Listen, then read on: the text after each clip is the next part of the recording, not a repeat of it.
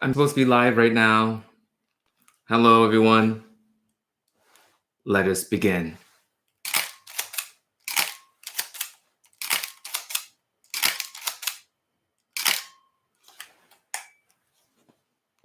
Good afternoon.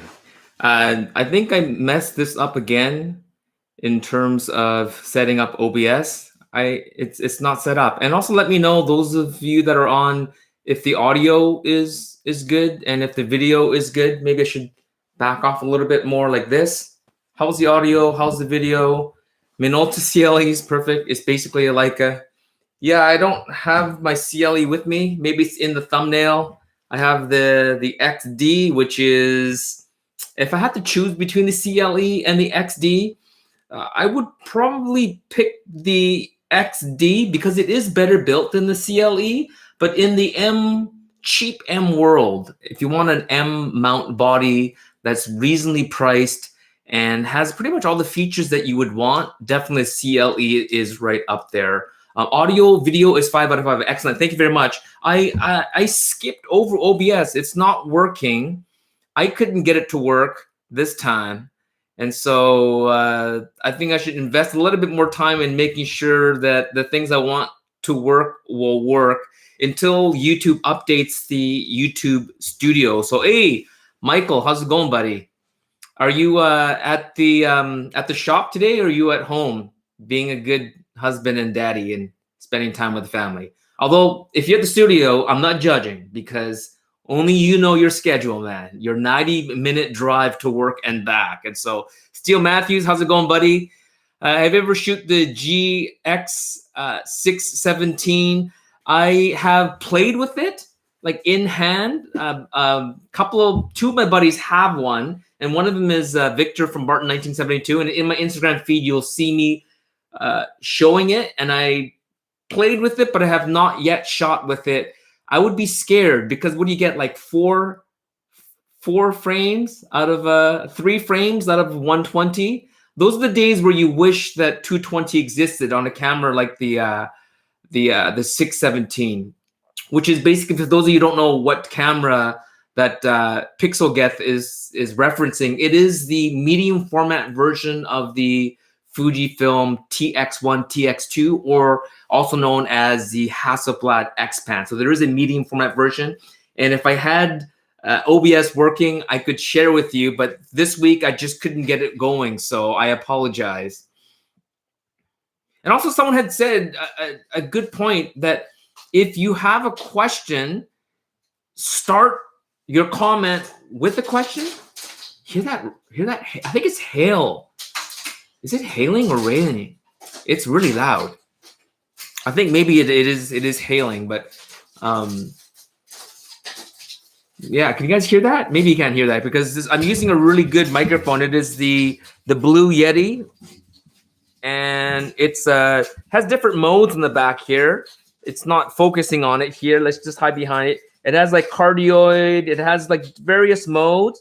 But anyways, I have it on kind of super cardio. It's very much facing just me, so maybe you guys can hear that. But it's pretty loud. Do you prefer film or digital for your street documentary work? It depends on what I'm doing. Good question, Jake. It really depends on what I'm doing. Some things digital makes more sense, especially for if I'm doing street, but it's for a review for Fujilove magazine, because those of you guys know I have 3 articles for Fujilove. One is in the magazine itself behind the paywall, and the other 2 is like on the 1st and the 15th of every month. And because there's such a time constraint, I think due to the convenience, I would prefer to shoot digital. First of all, because I'm reviewing mostly Fujifilm digital cameras, but even if Tomasz, who is the editor-in-chief of Fujilove magazine, said, Take, once a month you can have a analog. You know what? That's a good question, because then I might say, oh, well, once a month. So I see the strengths of both, but when you attach a specific project to your photography, to me, I love the challenge of film because it is less immediate. The feedback loop is much slower. Even in a city like Hong Kong, I know a place that can get it done within a couple of hours from you dropping it off, other than the days that they're closed. So, you basically go for dinner or lunch, take a nap, and then they email you, they FTP you the scanned neg, so you can immediately see what you shot. But then that's already been converted to digital, right? And it's not a matter of principle, because film still gives you a certain aesthetic that I'm trying to achieve, not just like principally I'm against digital or principally I'm for film. I love both. I think both you should print them. But that's a very good question. Maybe I'll come back to it at some point. And Steel Matthews is saying it's hailing. So yeah, it's weird weather here in Vancouver. It's shifting slowly from the winter mode to spring mode. So I'm happy. Why do round pizzas come in square boxes? I think it's because they store better and they're easy. Round boxes are harder to make. But that's a maybe they can shove stuff in the corner. Maybe that's why, because you could put little dipping sauces in the corner of a square box because the pizza's round, perhaps. Someone from London, excellent. I was hoping this time period I've picked is basically because of my London followers. So let me just let me maneuver through here. It's about the M Rokkor lenses. Yeah, I love the 40mm M Rokkor is one of my favorite lenses of all time, but also the 45 f2 MD Rokkor for the SLRs. Also, that's a beautiful glass as well. Very highly underrated. You could buy that lens still for about $50. I think Michael from Retro Photo York on Instagram. So if you guys don't know Michael, you should follow him on Instagram, retro_photo_York. I think he said he's got a few of them for like $50. They're not that expensive lenses, and the M Rokkor 40 f2 is probably worth like $500 now. So let me just try to catch up here. Mario saying he got back into the Fuji universe, bought the XS10. Congratulations. Wasn't sure I'd like the flippy screen. I love it, so I got an XT4. Great to be back. Well, welcome back to the Fujifilm universe. If you like the full flippy floppy screen that can face forward, but as well, I always tell people it's not just about the selfie, but for me, I like it because I can close up the back, right? You can just completely, I'm using the XT4 now. I didn't bring my X Pro 3 with me, but I have the XE4 right here, and I have the X100V. And I do wish, I know most people don't wish it, but I wish that they actually did make the X100V like a mini X Pro 3 and actually have that reverse articulating screen. But I know even if I worked for Fujifilm, I probably would have nixed the idea because Fujifilm, the X100 sells very well, and I think it would have upset a lot. I think they can be a little bit more spontaneous and experimental when it comes to the X Pro 3 or any of the GFX cameras. They can experiment, and I find that often many new technologies or new combinations of technologies or ergonomics, they test it out first on the GFX line. And I've mentioned this before in many videos. The Fujifilm would not put touchscreen on a Pro body. The first one they did was the GFX 50S. It had a D-pad, a joystick, and they gave you touchscreen. Fujifilm wouldn't give you one or the other at times, and they put it all on the GFX 50S, and then the XH1 got all of that. As well, Fujifilm refused to put an articulating screen on any of their rangefinder styled cameras until the GFX 50R. And as soon as they did that, then all of a sudden, the new XE4 has an articulating screen, the X Pro 3, the X100V, but it took the GFX line to sort of get the ball rolling on that. And now with the new GFX 100S, they've done a few things. They've got they got rid of the traditional way of doing their dials, and they've gone to the PSAM dial, which is something that they put on more of their amateur kind of cameras, and it is on the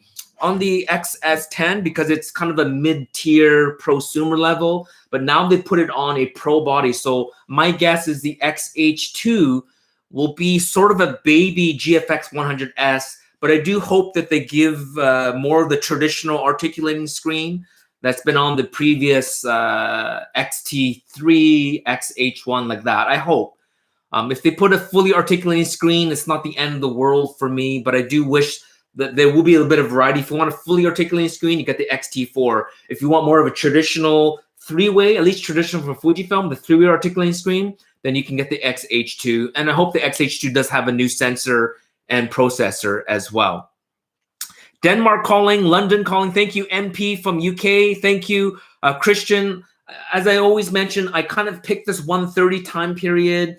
It's a little bit early for Asia, but I do this is where I kind of looked at my numbers. I'm not a numbers person when it comes to YouTube, but I looked at my numbers, and the US is my number one demographic in terms of like not only followers, but also as just views. Because, like in YouTube, often only 30 to 40% of the views come for your followers. The other 60 to 70 come from outside of your followers. And even then, they're all coming in from the US. And so US is the biggest market, but it lines up to the Canadian time zones, sort of, right? Like Vancouver is the same as LA, Toronto, Montreal.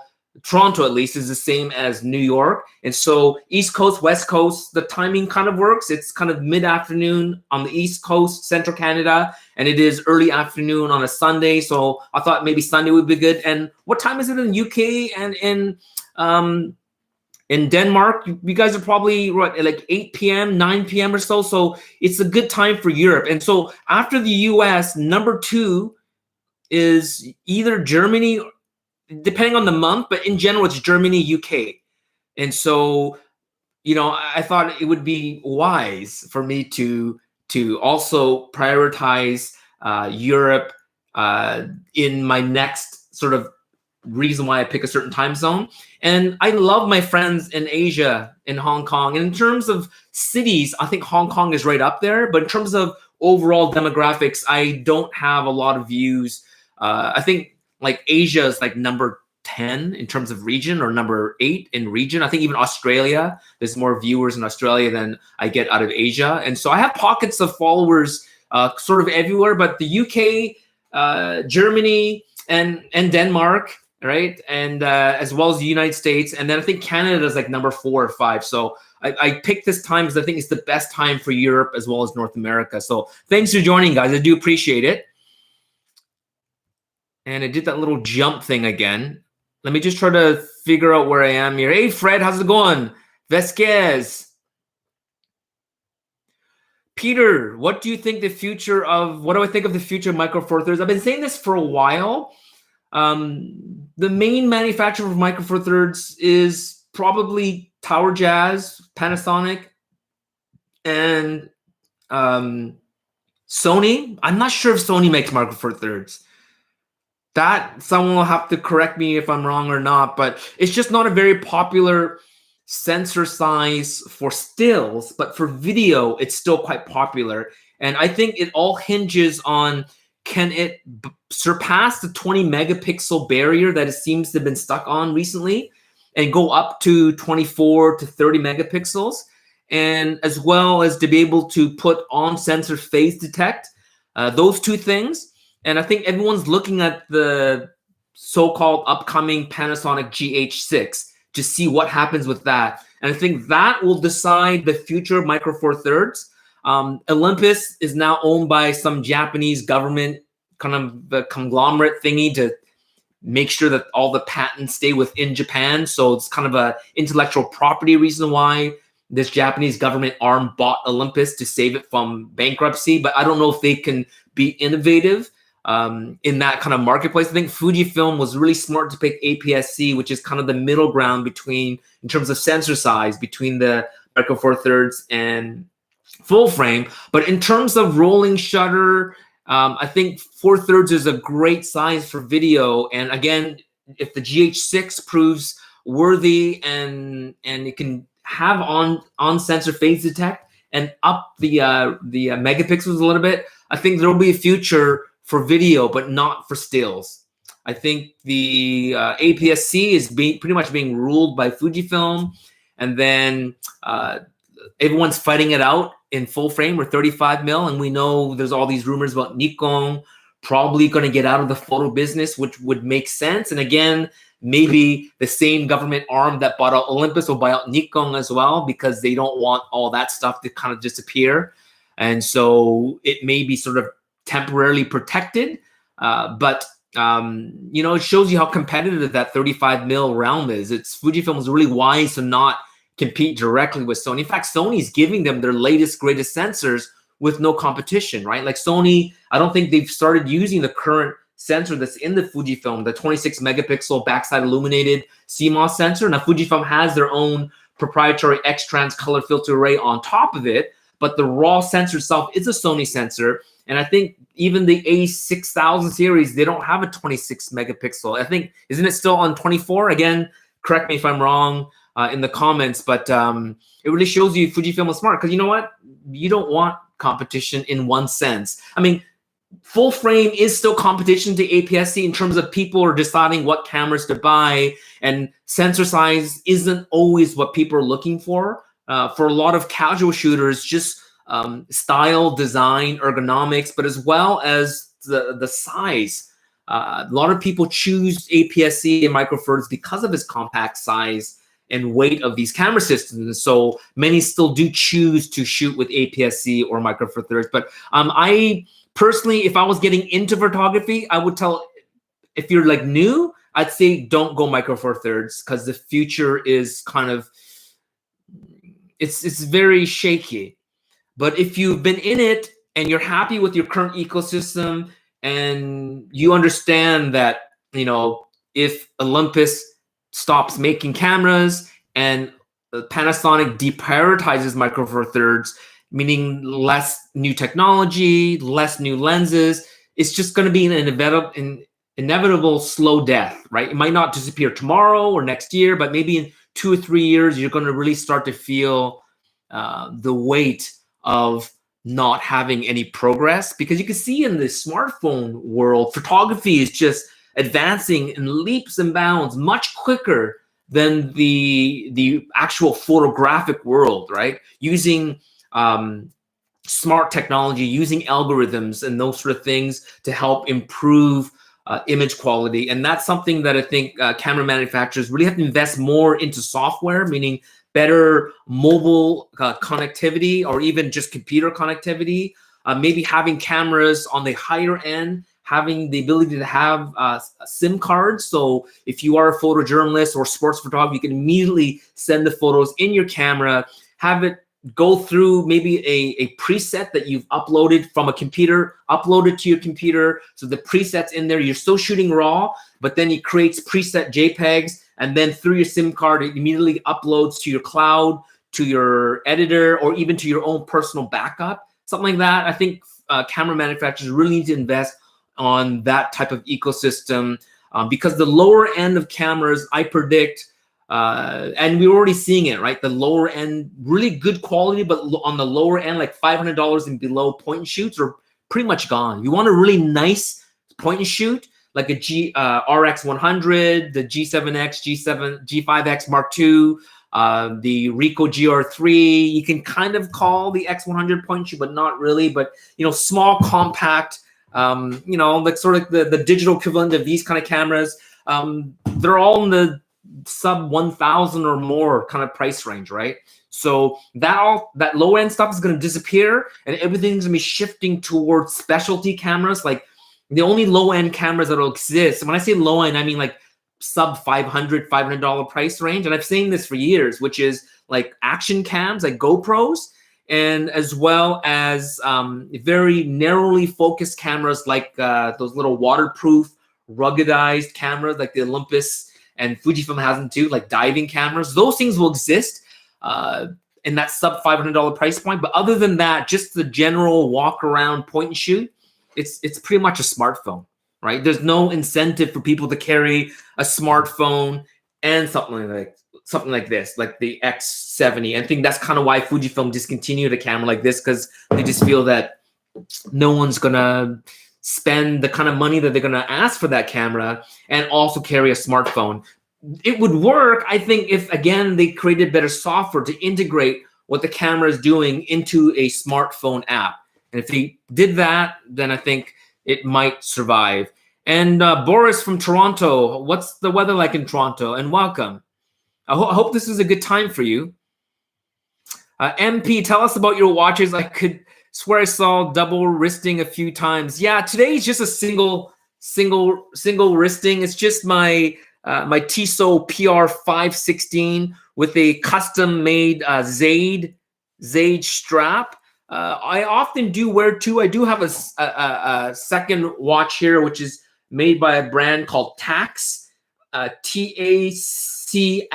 And this is a watch inspired. This is supposed to look like a photographic lens. What do you guys think? Does it look like a camera lens? And often I would just wear two just for fun. It's kind of a horological, kind of a, I don't want to call it inside joke. A lot of watch guys would wear 2, 3, 4, 5, 6 watches. And yes, some do wear 6 watches. It just kind of goes all the way up their arm, 3 on each arm. And Turn R, Taka, have you ever shot Sigma Foveon? No, I've studied it quite a bit. I don't know anyone who's ever owned it. I think I've come across it. I played with it in camera stores like Yodobashi and Big Camera in Japan. But in the field, I don't think I've ever run across anyone with it. So if Sigma would send one to me, or if somebody knows Sigma that's willing to send it to me, I'll test it. Might get sunny around sunset. Oh, very good. Thank you, Cafe YVR, who is my moderator. I don't know if that's even by choice anymore, but he is. I think once you make someone a moderator, they're always moderator. Do you think the XT30 with the new 27 is as stealthy as the XE4 with the 27? I guess it depends on what you mean. I've had, good question though, Jake. The XE4, other than me doing product photography, I've always kept the hand grip and the thumb rest on the XE4 since I got it. And it's still like, it fits inside my coat pocket. It fits inside that little, last week I did my show where I had the chrome mini cadet sling, and that fit inside with my DOP kit and a film point and shoot and a digital point and shoot. Like, it's still reasonably compact, even with the grip and the thumb rest. And so the XT30 is definitely like is going to be slightly bigger, especially with the little hump that it has. But I don't think it's drastically larger. So my guess, without having the XT30 with me, is yeah, it's still a compact camera. The shape of it still is just different. Like the XS10 is also compact. Now it's definitely bigger than this. The XS10 is going to be bigger than the like it's as tall as the XT30, but it's also deep because of the big grip, like the grip on here. In fact, is even deeper than this. But the XS10 is still a compact camera. It'll still fit inside a deep pocket, a jacket pocket, or into like a little sling. So I would definitely, going off the top of my head, definitely, the XT30 is still quite a compact camera. Spider, X Weapon X, sorry I'm late. No problem. Come in and out as you please. I was asleep, but only because I was drunk. Well, I'm glad you're awake now, Spider. A Umer, would you shoot with the XE1, and how do you compare the picture quality to the XE4? Yeah, you're comparing quite a different camera, the XE1 to the XE4. They're going to have definitely different looks. The sensors are quite different. The processors are quite different. You have way more film simulations. You're also jumping from the XE1, off the top of my head, I think was a 16 megapixel, right? And the XE4 is now 26 megapixels. So you're going to see a resolution difference as well. And you're going to see a autofocus speed difference. You're going to see a, if you like to shoot continuous, you're going to see a difference in that kind of buffering speed. The XE4 can shoot more burst speeds. If you shoot video, it's going to be night and day because the XE4 is a very competent video camera. So it is quite a big difference. But if you can get an XE1 at a really good price, it's not like an unusable camera. It's still quite usable, right? Because the XE1 and the X Pro 1 still share the same sensor and processor. So it's still a competent camera. You just will have less choices. Everything's going to be a little bit slower. Like we're talking a decade of technology difference, right? So a decade, not only in technology, but in ergonomics and function. And so there's definitely way more packed into the XE4. And like even going from the XE2 to the XE4, I would say is quite a big leap. Between the XE3 and the XE4, there's a leap, but there is still a good reason to shoot with an XE3 over an XE4. But XE1 to XE4, that's quite a large generational gap. It's a 3 generational gap, and it's 4 generations, versions, because there's the XE1, XE2, XE2S, which really wasn't an upgrade, but technically that existed, XE3, and then the XE4. So that's quite a bit of a gap between the two, but still a competent camera. Just kind of looking for questions or long statements here.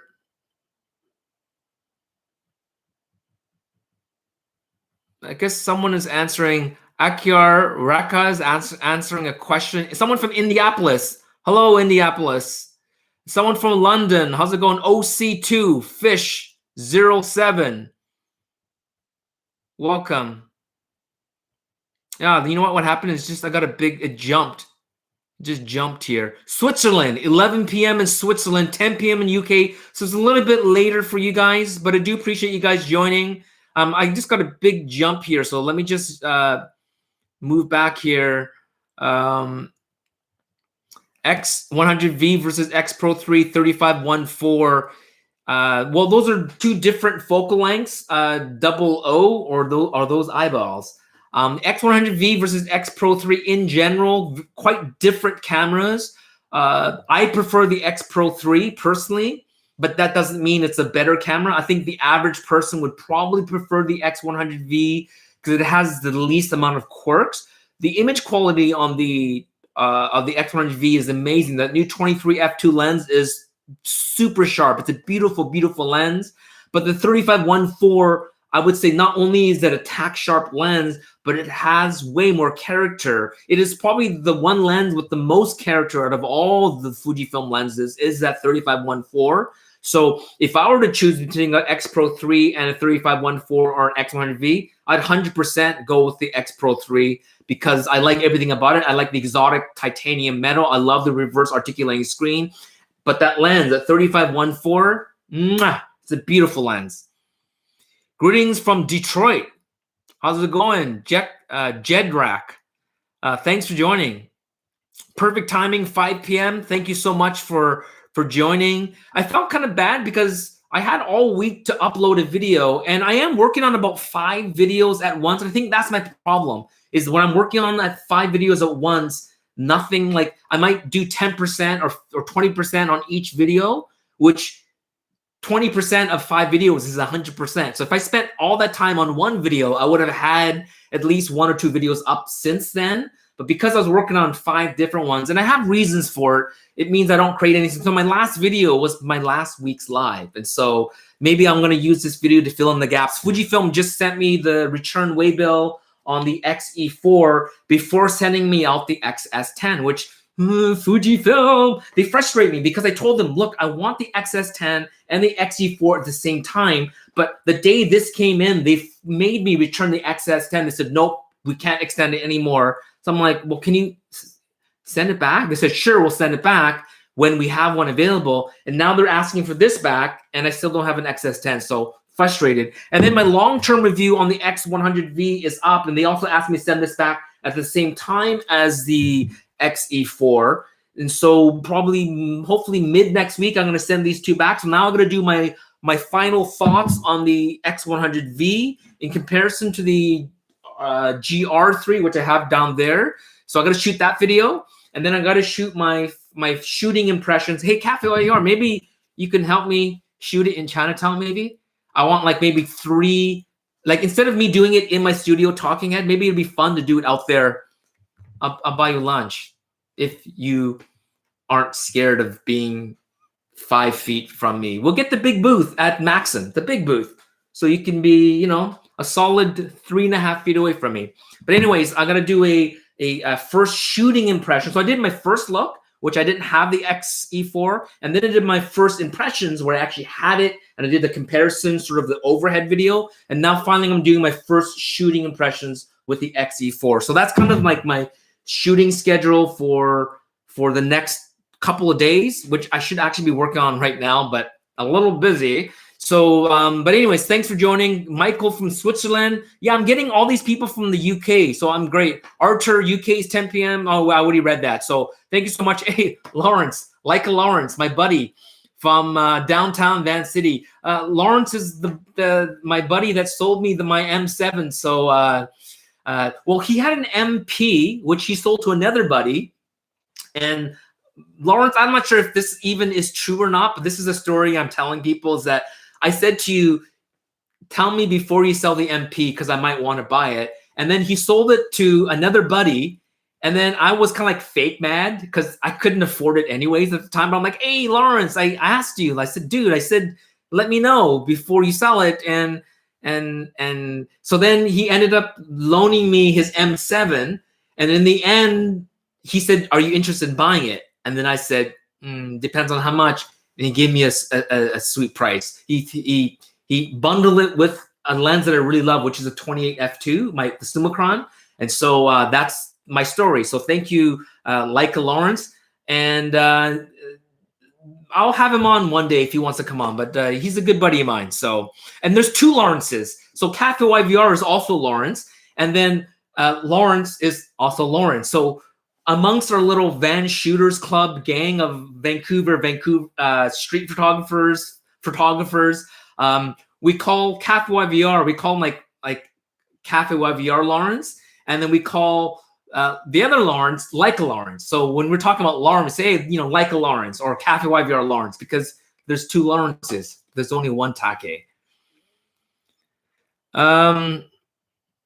There we go. Cafe Warrior, thank you. So Sony makes Micro Four Thirds lenses. Yeah. So Sony makes Micro Four Thirds. Tower Jazz, Panasonic makes Micro Four Thirds, but it's not a priority, right? For the R&D, if Panasonic sees a future in it, then they will put the time and energy to make it a better sensor, make it backside illuminated. I think the current one in the GH5 and the G series, that's up to like G9 now or G10. I don't think it's backside illuminated. It's CMOS, but it's not backside illuminated, and it doesn't have on-sensor phase detect. And that's the problem with that sensor. If they think there's a future, they're going to put time and money, energy into updating it and maybe bumping it up to maybe 24, 26 megapixels, which means there's another 5 or 6 years left on that sensor, right? But if they don't do it and the GH6 comes out and it's basically a slightly updated version of what was in the GH5, then you know that Micro Four Thirds is not going to survive. And I would tell people, other than shooting video and you already have the lenses and the ecosystem, in the GH Micro Four Thirds videography series, including some of those really cool videography lenses, including anamorphic lenses. And I say, you've already invested this much money in it. Just hang in there, use it for a few more years. And then once it gets too long in the tooth, then just dump it and get into something else. But if you're new to it, I say skip Micro Four Thirds when it comes to video as well as stills, because I don't think there's much future in stills in Micro Four Thirds other than what already exists. So if you can get a killer deal on a Olympus EM1 or any of the Penline cameras, or get a killer deal on a Panasonic Micro Four Thirds camera, I say go for it. Like, if the price is right, do it. Just get it and use it for a few years. And then once you're done with it, then, you just sell it off again, right? So, here, Akya, it's 5 a.m. Where are you? 5 a.m. Would you like to see Olympus join the L Mount Alliance? It'd be cool. I just don't think Olympus has the money, or they don't have the money or the resources to go full frame. That's the problem with Olympus. Even back in the film days, Olympus really focused like the Pentax. They kind of ignored 35 mil interchangeable lens SLRs, both during the autofocus era. They kind of relied on their legacy 35 mil manual focus, like the Olympus OM1, OM2, OM3 Ti, 4 Ti, beautiful Zuiko lenses. Pentax, same thing, beautiful manual focus lenses. When it came to autofocus, they kind of ignored it and went into point and shoots and hybrids. And so they don't have much to back up. Like they haven't built a 35 mil full frame lens in like decades, right? Olympus hasn't. So I don't think they have the resources, to be honest, to get into the L lines. If they do, I'd be totally surprised. Like, oh wow, you just had $50 million hiding somewhere to invest in R&D, factory, supply chain to make these huge lenses for full frame. So Michael from Switzerland. Hello, Michael. Let me just see if I'm getting lost here in my comments. Street Joe's Films did a portrait session with the XE3. Awesome. It's a great camera, 24 megapixels, more than enough to do what you want. And especially if you shoot RAW, that gives you the flexibility to do a lot with it, meaning you can change it to black and white, use any of the Acros film simulations, go to Classic Chrome, go to Velvia, go to Provia, ProNeg Standard, ProNeg High. Like, you have all that variety when you shoot RAW or just shoot JPEG. I recommend shooting RAW, it's not about IQ, but it's about choices.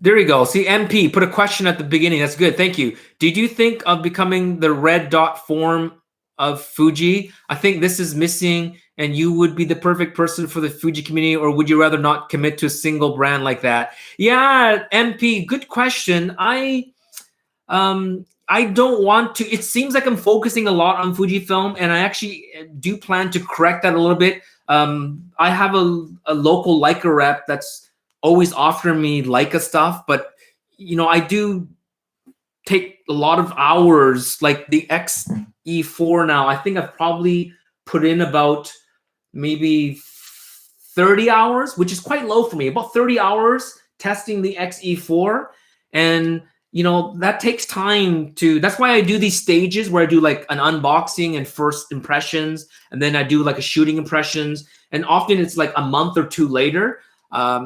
And I focus way more on taking photos than I do of like thinking about testing, because I want people to know that I'm a photographer first, not a gear reviewer, right? Because a lot of gear reviewers aren't really that great photographers, and they don't have to be, right? You're like, it's like saying every car reviewer must be a sports car driver or a professional driver of some sort. They don't have to be, right? You could be a professional car reviewer and not be a sports car driver. But if it's a sports car you're reviewing, it's nice when a sports car driver actually reviews it and someone who isn't, right? And so likewise for me, I am a proper photographer, was a professional photographer for many years. I like to take pictures, and I want to take good pictures, not just pictures of brick walls. And so I love all types of cameras, and I love all formats from medium to I'm going to get into large format, which is something I've been talking about on Clubhouse, but not so much here. I have 2 4x5 cameras. I just got to go pick it up, but it's way out in Langley or Abbotsford. I can't remember how. It's like an hour drive away. So I've been lazy, but I have 2 4x5 cameras that's been gifted to me. So I'm gonna mod those and start shooting 4x5. I love Leica, I love Fujifilm, and I like certain Sony cameras. But in general, Sony is kind of they're very technical cameras. Very menu driven, lots of technology. I respect that. They make the sensors for Fujifilm, and so you can't ignore a company like Sony. And I love Canon. I really have a lot of respect for Canon and their color science as well. And Panasonic and the L Alliance, the L Mount Alliance. So yeah, I don't want to be just doing kind of one thing, but I would love to contribute. If something like me writing for Fuji Love, right? I'm a contributor to that magazine, and I guess I would be considered one of the expert writers. I think I'm the regular gear reviewer because I get access to stuff like a lot of ex-photographers do, but a lot of them either aren't writers or a lot of them just don't want to review, right? They just want to shoot with it, which is fair enough. They get the camera, they shoot, not interested in writing articles. Or someone like Jonas Rask, he has his own website. And so sometimes he contributes to Fuji Love. and sometimes he contributes to other magazines, but in general, he contributes to his own brand, which is smart.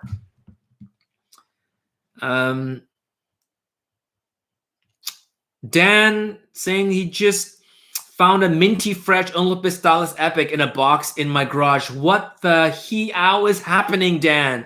Congratulations. I guess you just hid it away. Because, you know, my brother has a mint Yashica T4, and it's at my mama's house. We just don't know where it is. It's there somewhere. It must be in a box. Hopefully there's no battery in it.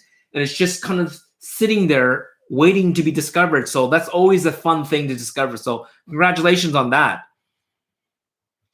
Street Juice Films in-camera presets. Fuji is pretty close. Excellent. And that's referring to your portrait session, I think, right? Martin, at the same time, film is getting popular, which makes me more excited. Definitely. Martin the Swede. I'm happy. Let's not be gatekeepers with these young kids that are enthusiastic. Let us older ones that have been around for a while, who shot Kodak infrared, who shot Kodachrome, a little bit of bragging rights, but in general, let's build up enthusiasm for this format, because it will not survive without the kids, right? Like even the kids that are shooting now that are in their early 20s or late teens, in 10 years, they're going to have mortgages and kids, and that enthusiasm will start to wane a little bit, right? For a lot of them. And so we are looking at the 10-year-olds now that in 10 years will be 20. They're the next generation hipsters. And so we got to make sure we keep this fire going of this enthusiasm for film, because even if you love digital, you shouldn't want film to disappear. It's a fantastic format. It's never going to be back where it used to be. It will never overtake digital, but there's a lot of things you can do with film that you still cannot do with digital, because you're working with a physical medium. Like one of them is you can't do 10-hour exposures, 12-hour exposures on digital, right? It's just physically not possible. You just can't do it. You can do it on film.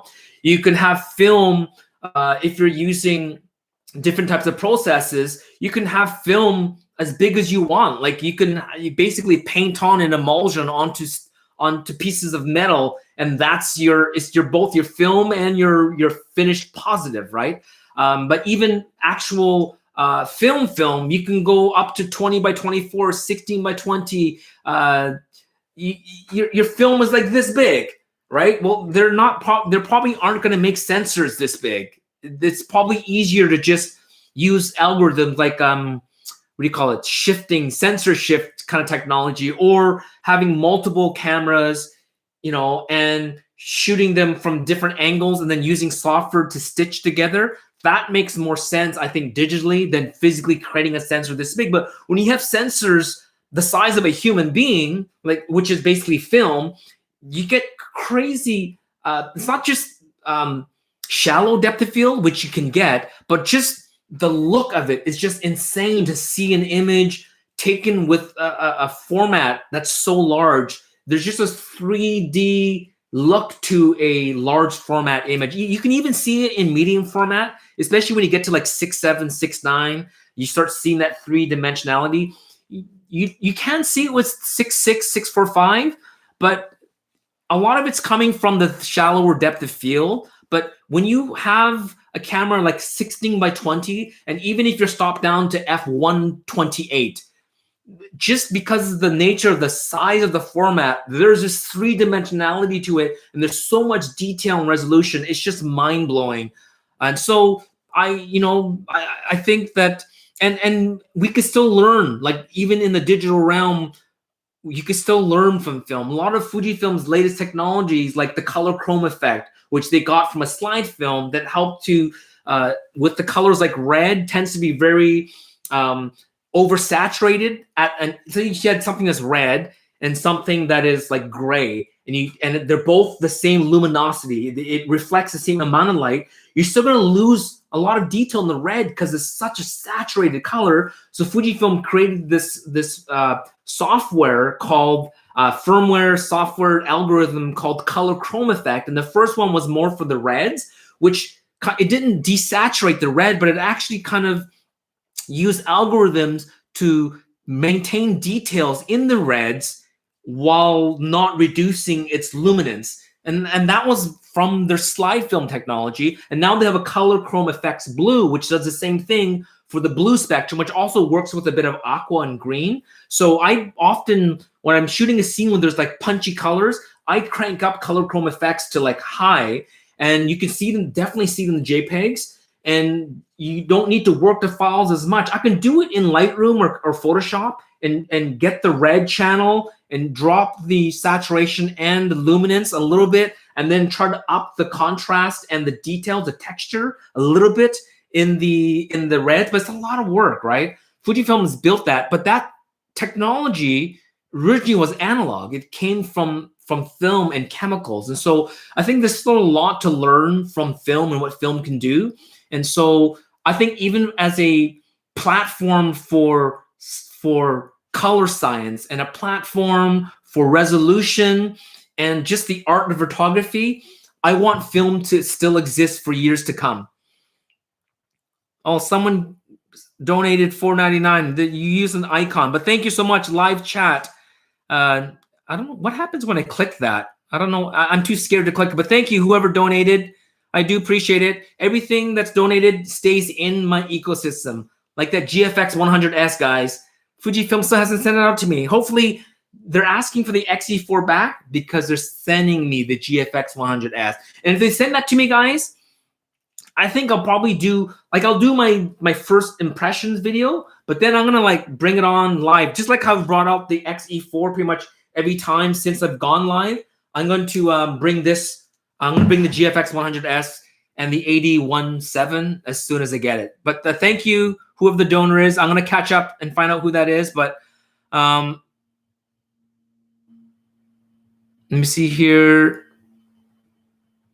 Jason, with the pandemic, I've become obsessed with the webcam capabilities of cameras. Yeah, I mean, I'm using the XT4 now, and I'm using a cheap $15 camera capture card that can max out at only 1080, which is fine for now because for YouTube, 1080 is the maximum anyway. Well, it's getting bright, isn't it?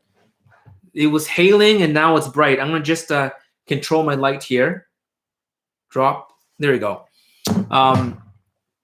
What was I saying? Yeah, I'm using a video capture card. I'm not using the WebX feature. Forget it.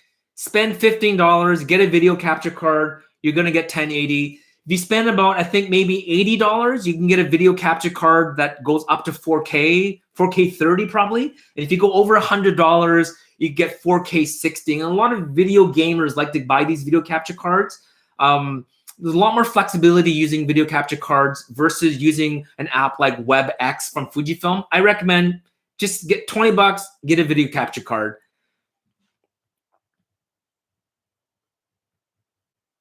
Martin, let's hope for a new analog film camera incoming soon. Yeah, there is going to be one. I'm aware of one manufacturer who is currently working with another manufacturer to build a analog film camera, and it's not going to be a sort of like a one-time use camera that's been converted into multiple use, which manufacturers are now doing, which is smart. Before you shot it once and you threw it away, which was kind of dumb, right?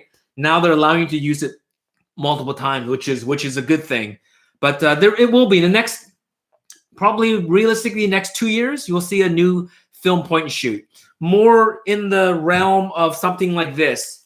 Right, like Olympus XA, it's kind of like fantastic plastic, but well made. It'll have, it'll probably be winding like this, right, with a little wheel like this. Nothing too fancy, but it'll get the job done.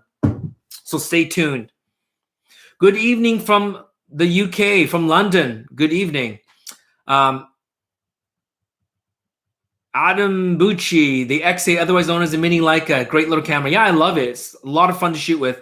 Ali Shadpur, hi Take. I have read an article last week regarding Fujifilm and next generation sensor. It mentioned the Fuji XF lenses are good for up to 32 megapixel sensor. Why? Any reason for any limitation? It just has to do with the micro contrast.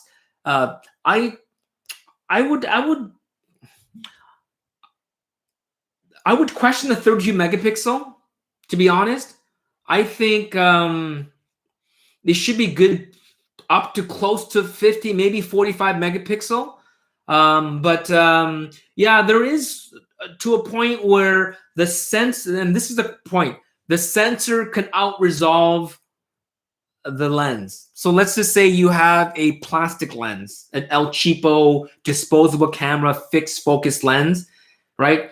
It's only so sharp to the point where the sensor can be sharper than the lens. And that's basically what's happening, is that they're saying that the sensor has the capability to get to a certain resolution where it can out-resolve the ability of a lens. I've used some old Minolta glass from the 1970s that people had said these new sensors will out-resolve, because back in the 70s, they didn't know we would have digital, but that's under the assumption that that film wouldn't improve and be able to get smaller and smaller grain as well, right? But I know that Jonas Rask, when the GFX 50S first came out, he started putting old Minolta glass from the 70s onto a 50 megapixel sensor, and he was getting super sharp images that weren't out resolving the lens. And now that he has a GFX 100S, I don't know if he's used the old Minoltas yet. I should ask him. But I question the 32 megapixel sensor limit. But we'll see. We'll see what happens. I want to hear it from Billy, which I'll ask him. But that would be a huge problem for Fujifilm as they move the X series up to 40, 45 megapixels, if all their older lenses won't work on it, right? That doesn't make any sense to me. So Boris in Toronto, 5 p.m. and sunny. Yeah, it was hailing before. Now it's sunny outside. So I think Cafe YVR is going to run out there and start taking pictures. Akyar Rakia talking about lens limitations, hypothetical about aberration. Yeah, I mean, a lot of whatever the optical limits are claiming that Fujifilm lenses are going to have can be resolved in software anyways. And that's where I'm kind of questioning, what is the absolute limit of these lenses? I would question it being under 50 megapixels and stuff that they can't fix in software and firmware. So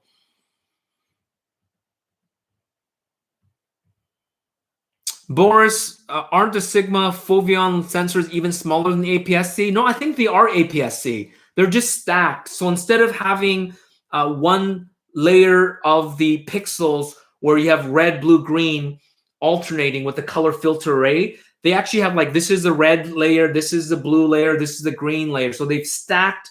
So it's almost like if it's a 24 megapixel, each layer has the full pixel count. So when you have 3 layers of it, that's why a lot of these Foveon sensors, they technically can out-resolve full-frame sensors that have way more resolution because of that layering effect that they've done. But I think it's APS-C.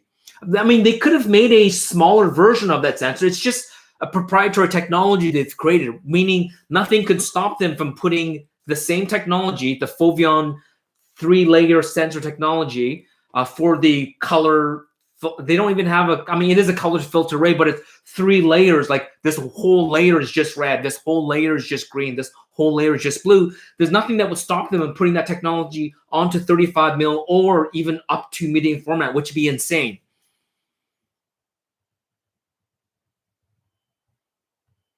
It's got a big jump here. Sorry guys, let me just sort of back up.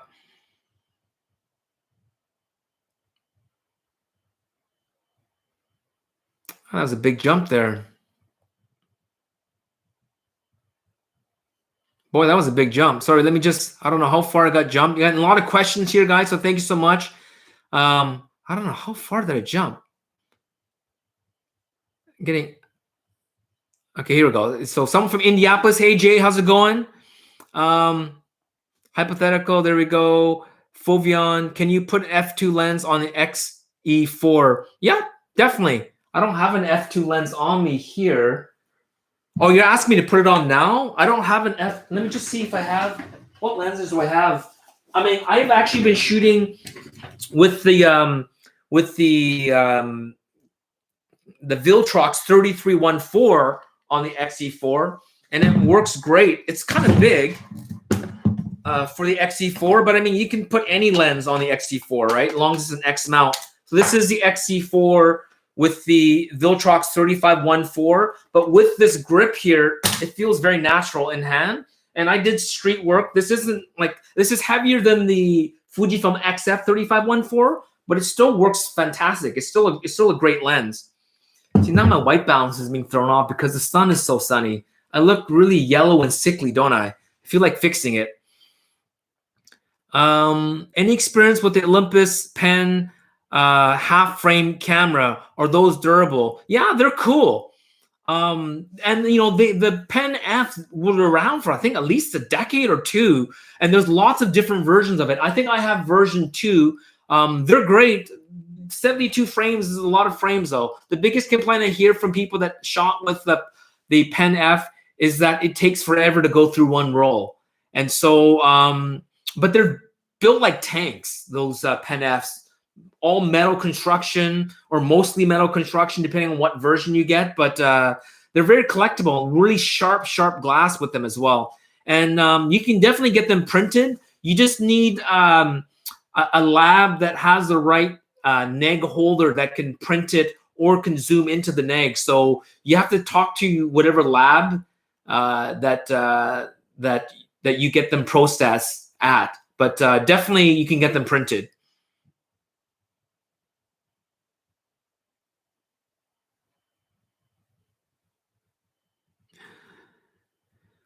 Let me see here. Going on the shoot with my new XS10. Yeah, have fun with that. I'm not sure which lens to take with me.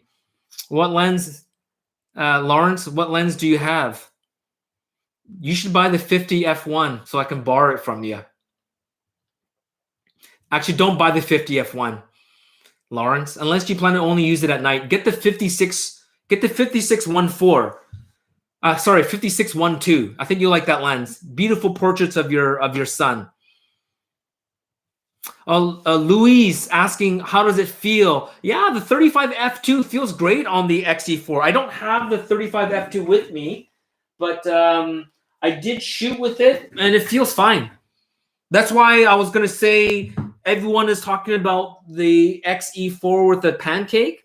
You don't need the pancake. The 35 f2 balances beautifully on the XE4 for sure. IB from London, hello, and Miles from Montana, welcome from Montana. BHT, Al Green, and Jason Fisk. Thank you, Jason, for the donation. I do appreciate the super chat. I appreciate it. It's one step closer to the GFX 100S fun. Do you feel, I think I might end up getting a GFX 50S. I don't think, like, unless I spend my entire focus in life trying to crowdfund for a GFX 100S, which would cost me, probably, it would cost me, because Fujifilm, as a reviewer, as a gear reviewer, we do get a discount buying directly from Fujifilm. It's a very strict buying program. I don't want to go into details. I'm not sure if I'm even allowed to give you details, but it's a very strict program, meaning I can't just go and buy like 10 X100Vs and then sell them on the market. Like, they know what serial number they sold me. There's a certain length of time I have to keep it, meaning if I buy it, I can't just flip it right away. They understand that, you know, after a couple of years, I might not want it anymore. And at that time I can sell it, but very strict terms of how I buy it. So if I bought the GFX 100S with the 80-1.7, which I wouldn't get, I would probably just get the 63 2.8 and or maybe even the 53.5, and then one of the wider prime lenses probably. Probably like I'd pay like maybe 12 grand Canadian, 11 grand Canadian, or like 8,000 US maybe. No, it'd be less than that, wouldn't it? It's 6,000 US for the body. So it'd be under 10 grand. Where the GFX 50S, they haven't dropped the price enough. I think it's still on B&H for like 5,700. It's like, what, for $300 more dollars, I can get a GFX 100S? Like, who would buy a 50S if you can get a 100S for $300 more, right? So I think the 50S should drop to like at least $4,000, if not even cheaper. And so if I can get that for about that price, like $3,500 maybe, $4,000 Canadian. So that'll be like maybe $2,500 to $2,800 US. I might get the 50S, which is still a great camera. It's just not as good as the 100S. But thank you so much, Jason. I appreciate it. Do you feel like the XE4 with just the thumb grip is comfortable enough, or the grip is a must-have? I don't know if it's a must-have, but I've always had it on, and I don't like the feel without it, without the thumb rest.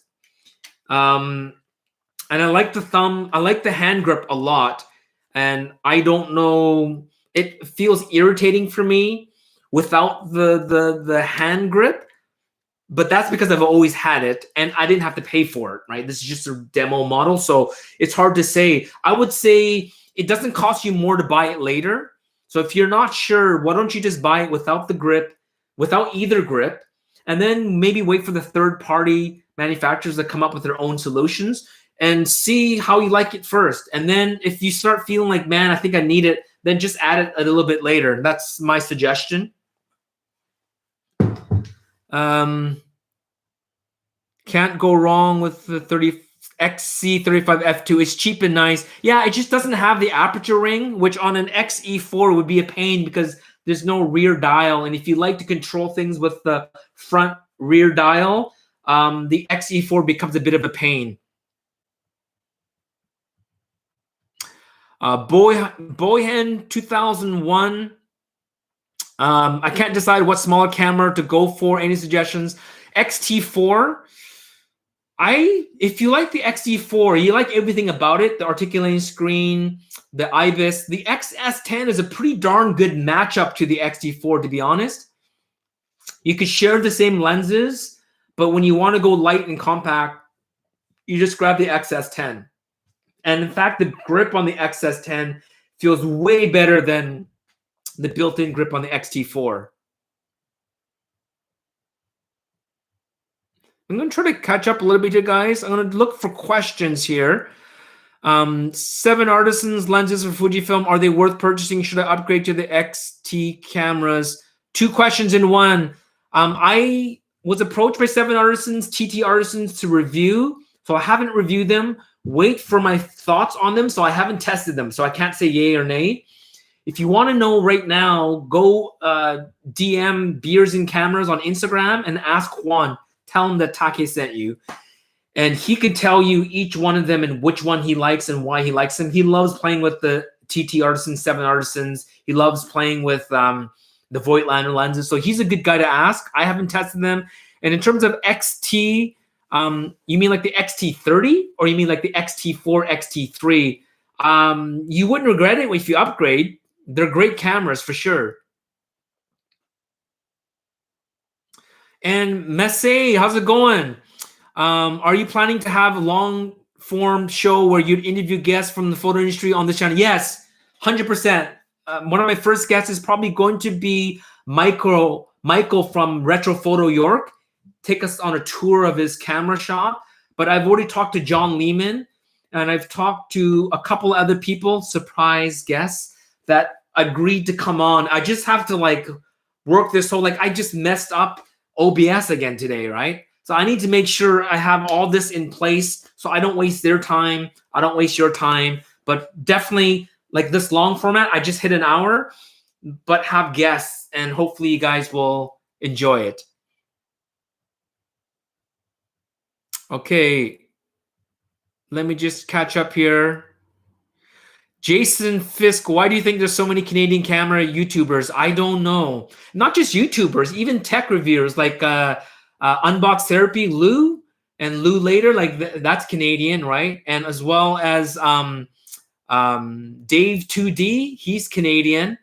And so, yeah, I don't know why, to be honest. And most of them, other than the Camera Store / DP Review guys, in Calgary, they're all also concentrated in the Toronto area, which makes sense because all the major manufacturers like Sony Canada headquarters, Canon Canada headquarters, Fujifilm Canada headquarters, they're all in Toronto. Panasonic, none of them are out west. They're all in Toronto. So for them to even be able to get gear is like just driving down the block and picking it up from them, right? So it's tough to be one out west here because I'm so isolated from the other YouTubers, and I'm also isolated from all the manufacturers. So, but I don't know why.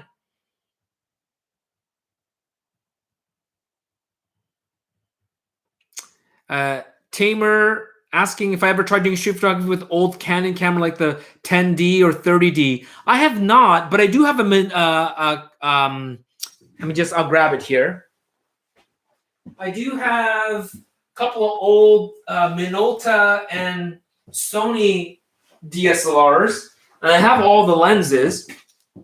So here is the Konica Minolta 7D, and here is, and this is where I tell people like, like I have more A-mount lenses and A-mount bodies than any other, and this is a Sony A700.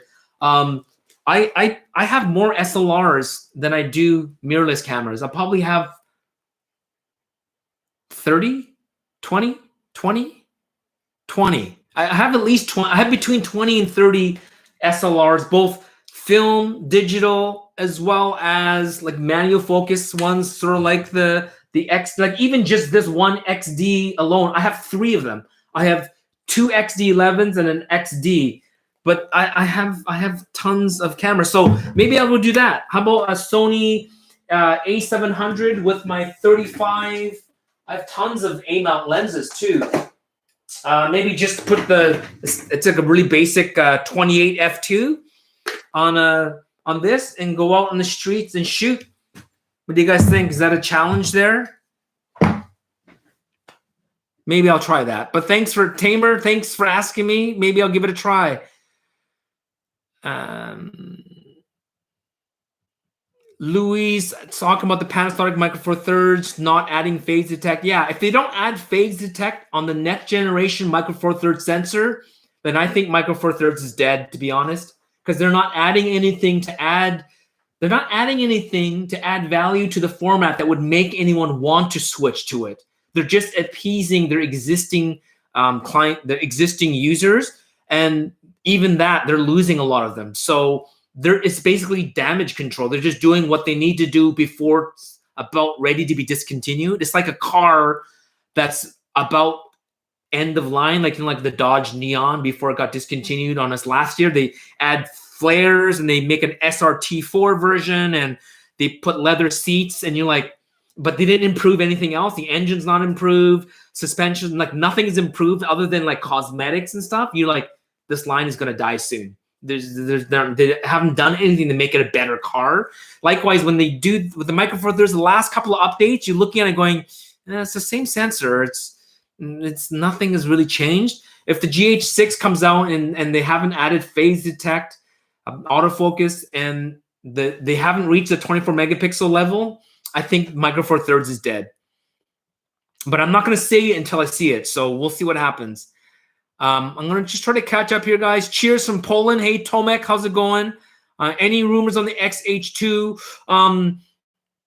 Yeah, they've kept that one really shut down. I think they're really focused because I think the XH2 will be built in Japan. And right now they're really focused on pumping out the GFX 100S.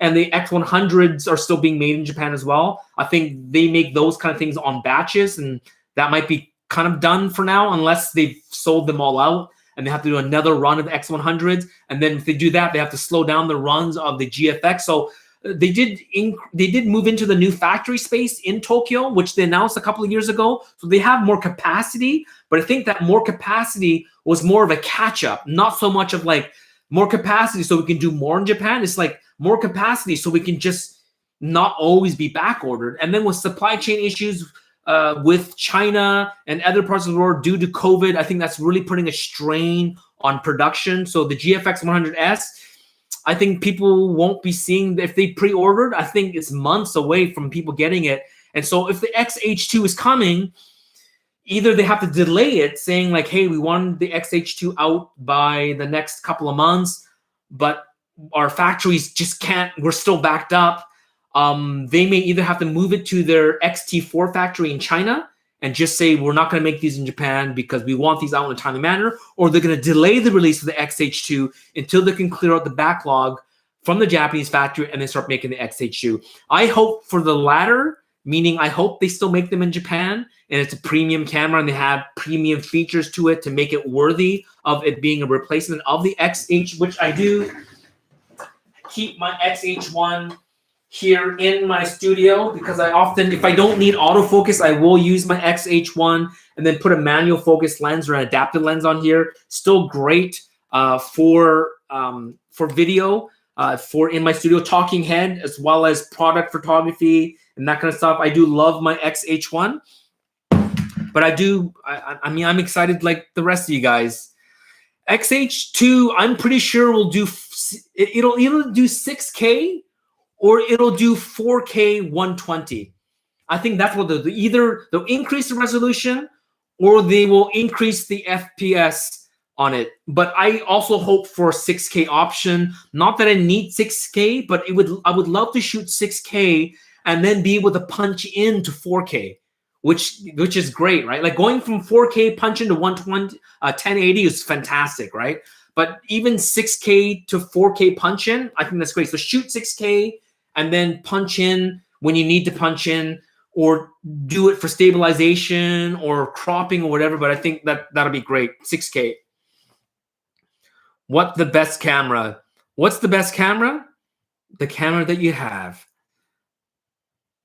All right. So let's again, I'm sorry guys, I'm just looking for questions here. Jake Slater bought a Micro Four Thirds, but then the XE4 came out. You know what? Don't worry about stuff like that. Don't focus so much on gear. Shoot with what you have until you outgrow it, or the technology moves forward to the point where you feel that you need the new technology, and then upgrade when you upgrade. You're never going to catch up. Just like the latest iPhone. As soon as I'm more looking at the iPhone 13 because I waited so long to buy the iPhone 12. Then the iPhone 13 is going to replace the iPhone 14, right? There's always something new coming out, so I wouldn't worry about it. And Michael Hong Up, thank you. Thanks for doing what you do. Thank you for your donation, Michael. I appreciate it. That's going into the GFX fund, either GFX 50 or GFX 100S, GFX 50S or the 100S, one of those two. But thank you, appreciate it. And oh, I see. If I click on the message, they get displayed. Is that what happens? Click on the message. Height, add moderator. Click. Oh, I see. If it shows up at the top, I see. Oh, okay. Well, thank you, Michael, for your donation, and anyone else that's donated so far. Let me see here. Let me just catch up here, guys. I see a lot of guys just past the hour. Thank you. Did I miss the Leica R answer? I had to make dinner. No, sorry, Jamie. Did I miss your Leica R? Ask me again. It must be way up there somewhere. I mentioned this before. Sometimes the comments jump. Like I'm looking through the comments and it's there, and then when I touch the mouse, and then it goes and it flips to like the latest, and so sometimes it jumps. So I apologize for that if I missed your question. What Fuji? A good one. Global Image. What Fuji cameras from years ago do you think is still worth purchasing? I think a lot of them are, but I'll pick sort of like my top ones, but they might not be your top ones. I think the X30 is a fantastic compact point and shoot 2/3 sensor that was still made by Fujifilm. So Fujifilm no longer makes their own sensors. They outsource them to Sony that builds them to Fujifilm specs, but Fujifilm no longer makes their own sensor. The X30 uses the X-Trans sensor. It still has classic chrome. It's an all-in-one camera. The X30 is awesome. Or even the X20 and the X10 are also awesome. They also have optical viewfinders. This is probably going to be the first and last one, but the X70. I don't think this is going to be an X80. I think the XE4 is the new X80, basically. And so if you can find an X80, lots of cool accessories for it, including this hood, which I actually put the X70 hood onto the X100 series. but it has a nice half case, has a full cover, it has cool things. X70 is great. Any of the X100s, including the original, the OG X100 is great. If you can find a mint condition X Pro 2 Graphite Edition, or the box set of the X100 Black, because originally the X100 only came as silver. And then, like, I think a year in, they came out with a black edition and you paid extra for it, but it came with a half case and a nice little presentation box. And then when the X100S came out, again, it only came in silver, and a little bit later, they came out with the black. So the X100S Black and the original X100 Black, those both were kind of limited runs. So those, if you get them in black, those are kind of rare. There was an XT1 in graphite silver, which is really unique, if you can find that. And what else? XE3. I think XE3 is kind of a cool camera that I would like to have, because they changed the XE4 so much that it doesn't resemble the XE1, XE2, XE3. They've kind of made a right turn and, like, let's target the film shooting hipster kids that are social media savvy. And so they've gone a different direction. I don't think they'll go back to the old direction of the XE3. So I think the XE3 might kind of become kind of, but it's still kind of newish. That's why I think if you can find a mint condition X30, go for it. I think it's fantastic. Those are the ones I think are kind of cool. Hey, Benj, how's it going, buddy? John Lennon.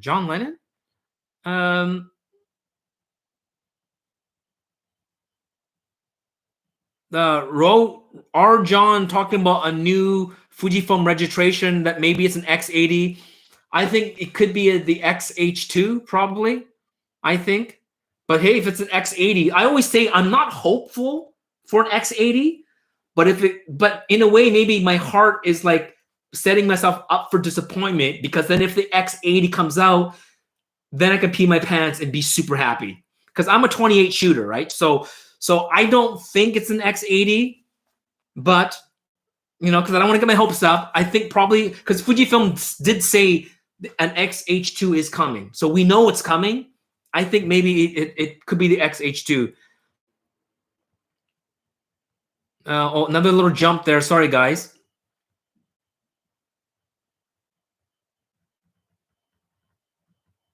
Boris, move to Toronto, Take. Corner the market. I would love, you know, I actually would consider moving to Toronto, but my wife loves it here on the West Coast. She loves it here. She was born in Edmonton, so she's already a Western Canada girl. Her ethnicity, her family's from Hong Kong, right? So that's why I'm always in Hong Kong. Her mama is from Hong Kong. Her papa was from Hong Kong. He passed away a couple years ago. But she's a West Coast girl. But I would love to, when she retires and I can make this YouTube thing work, guys, and that's where kind of like my hope lies in. I don't need YouTube to be who I am, if that makes sense. Like, I love what I do with photography, and I love sharing with you what I do.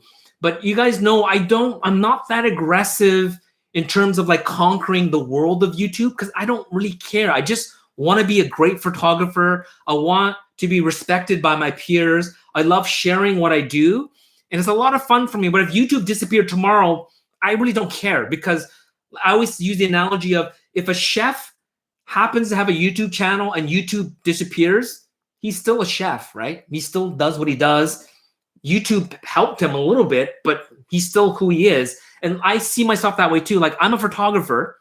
I'm not a YouTuber, but I do use YouTube to share with the community what I love about photography, from film to digital to instant to whatever I love. And I love doing these kind of live shows and then bringing a lot of joy, but I'm not like a monetization king, and I don't take on that many sponsors.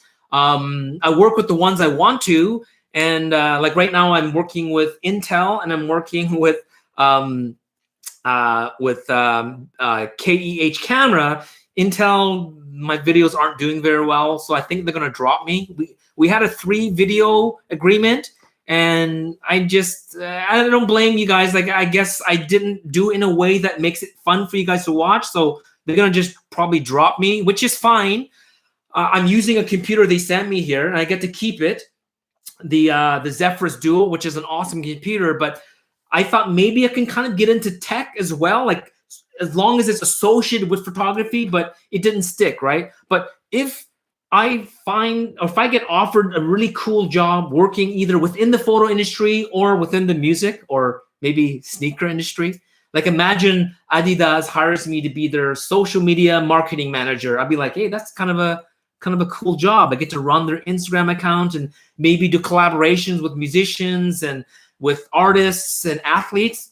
I might take the job and I'm going to just retire from YouTube, right? Like this is just a vessel for me. So I enjoy this for now, but this is my caveat. If I can make it more successful and Camera Girl retires and I can make YouTube and you guys can help me make it bigger than it already is, then Camera Girl and she even said, Take, if you can make YouTube work, and not just YouTube, but the entire ecosystem I built, if you can make it work, I will travel anywhere with you around the world. And we can do 3 to 6 months in various countries. So I can move to Toronto for 6 months, rent out a house or apartment for 6 months, do YouTube from Toronto for 6 months, and then move to Paris, and then move to Berlin, and then move to Monaco, and then move to Morocco, and then move to Japan, and then go to Hong Kong in like 6 months, and move my channel, and yet still continue review gear, review film, have a home base. So use a lab somewhere in the world where I send my film there, and kind of make this into a travel show / photography show. But I kind of need your help to make that happen. So I always say, like, please comment. Those things kind of help me, because then advertisers, sponsors look at that stuff and go, hey, look, this guy's got 10,000 comments on this video. People seem to like this guy, right? So those things really help me to get sponsors, because you can't make money from just AdSense. It pays my bills. It's basically, that's all AdSense does. And before I didn't take on any sponsors. So basically, YouTube just paid for itself. That's all it did. It wasn't paying me. In fact, I've never cashed out of YouTube, meaning whatever I made from YouTube just went right back into paying for internet, paying for my mobile phone, paying for stuff that runs my YouTube channel. But other than that, I've never cashed out. So if I can grow it, that's what my channel will be like in the next 2-3 years. You'll see me, because Camera Girl promised, you'll see me doing these 6-month sabbaticals, 6 months, 1 year in a country and doing what I do. But, you know, if I'm making $600 a month from YouTube, I can't support Camera Girl and I can't support my YouTube channel. I can't support traveling. But if I can, I would love to do it. If I can't, then I don't hesitate dropping YouTube. I mean, I'm not going to delete my channel. I might, by that time, do like a video a month or a video every 2 months. But if I can make it work with your help, I would love to. And if you work for a manufacturer, if you work for even a brand that doesn't seem like it's not really photo related, if I can get sponsorship from those companies, like a bank or an insurance company or a food brand or something like that, or like a sneaker brand, or if you work for someone in the photo industry, think, hey, Take, like, I think maybe my company might want to work with you, hit me up. My email is info@bigheadtaco.com. Just email me. I get hit up for collaborations all the time, but a lot of times it just doesn't work for my brand. Like Manscaping, they approached, and I thought it was a joke until I started seeing like Brian Tong and other people start doing it. But I'm like, I don't think my followers will want me to do a Manscaped ad, embedded ad. Maybe it would have been funny, but because, you know, I do have a lot of facial hair. But anyways, thank you so much for your support. I'm going to just try to catch up here before I leave. And if I missed your question, I do apologize. Hey, John Ishii. How's it going, John? Hey, I got my GFX 100S. It's amazing. Oh, man alive. I knew you would get it before me. Well, you get everything before me. But congratulations, John, on the GFX 100S. And hopefully your wife doesn't steal it from you, unless she already has.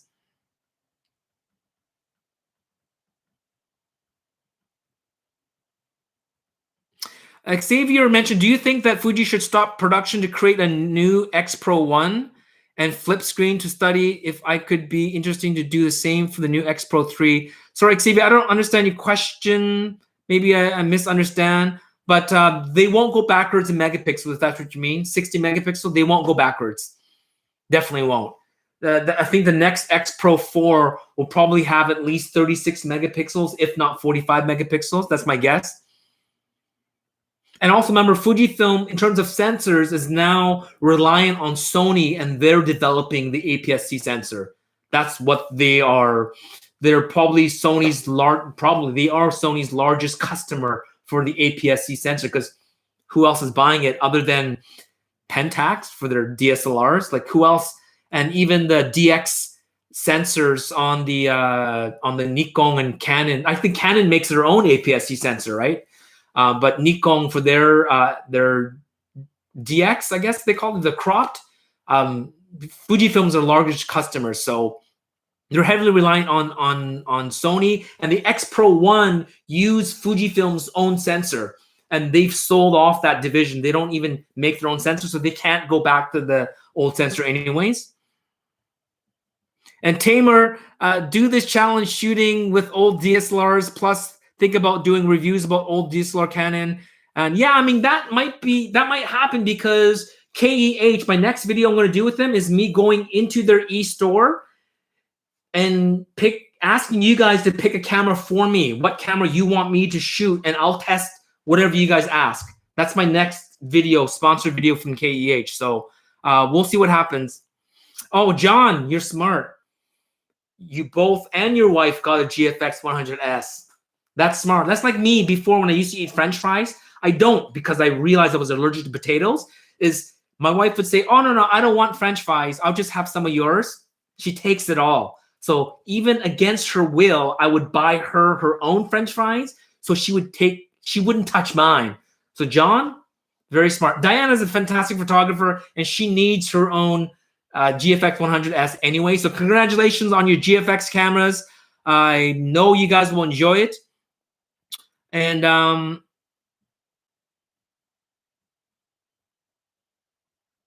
the single thing I miss about Fujifilm cameras is direct button access to shoot with analog lenses. May you ask Fujifilm to do that, please? Yeah, like a custom function button, right? To access the quick changing of the lens. That'd be cool.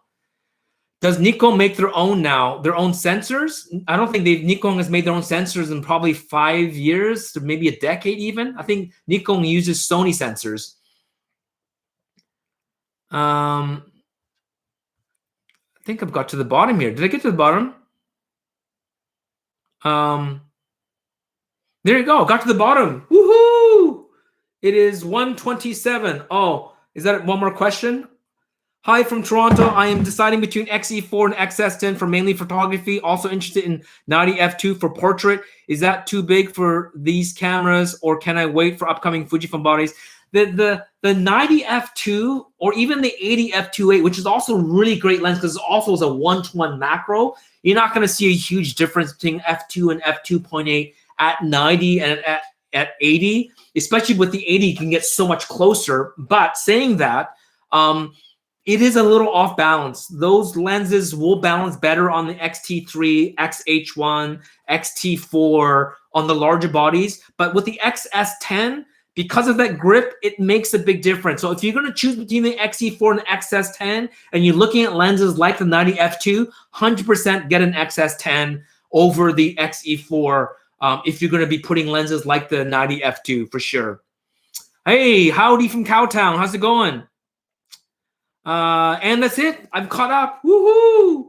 So thanks so much for watching, guys. Thank you for support. Thanks for all those that gave the super chat donations.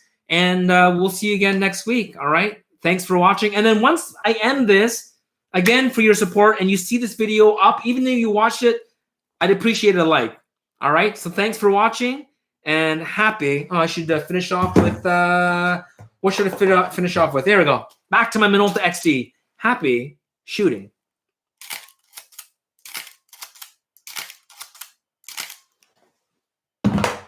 Peace.